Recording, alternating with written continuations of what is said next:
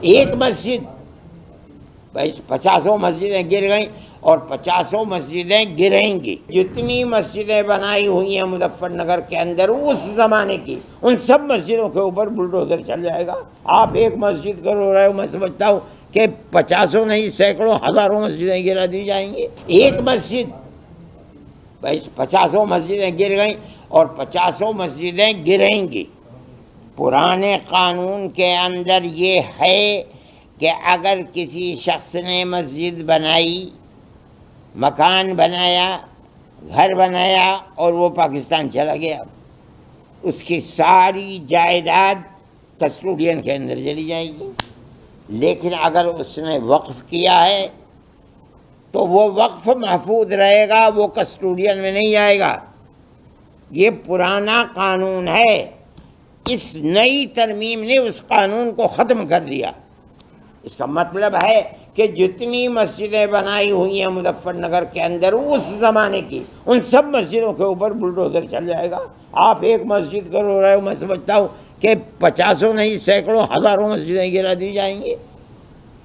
آپ دیکھیے، انتظار کیجئے، قانون یہ اور کہا جاتا ہے، مجھے حیرت ہوتی ہے کہ آدمی کھڑے ہو کے کہتا ہے کہ ہم نے حفاظت کے لیے بنایا۔ ارے ظالموں، ہڑپ کرنے کے لیے بنایا، کہہ رہے ہو حفاظت کرنے کے لیے بنایا۔ یہ ہے قانون، آپ دیکھ لیجئے اٹھا کر کے دفعہ 108 اور 107۔ کل سنوائی ہے سپریم کورٹ میں، سنوائی ہے، دیکھا جائے گا کیا ہوگا۔ ہم سمجھتے ہیں کہ کورٹ جو فیصلے کر رہا ہے عام طریقے کے اوپر وہ فیصلے عدل و انصاف کے فیصلے ہوتے ہیں۔ ہمیں توقع ہے خدا کی ذات سے کہ عدل و انصاف کا فیصلہ ہوگا۔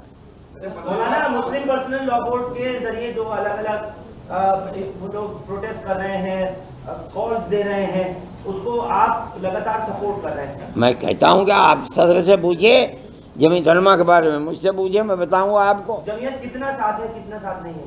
کس کے ساتھ؟ آل انڈیا مسلم پرسنل ہر اچھے کام میں میں آپ کے بھی ساتھ ہوں۔ کوئی کام غلط کرتے میں کس کے ساتھ ہوں؟ میں تو نہیں کسی کے ساتھ ہوں۔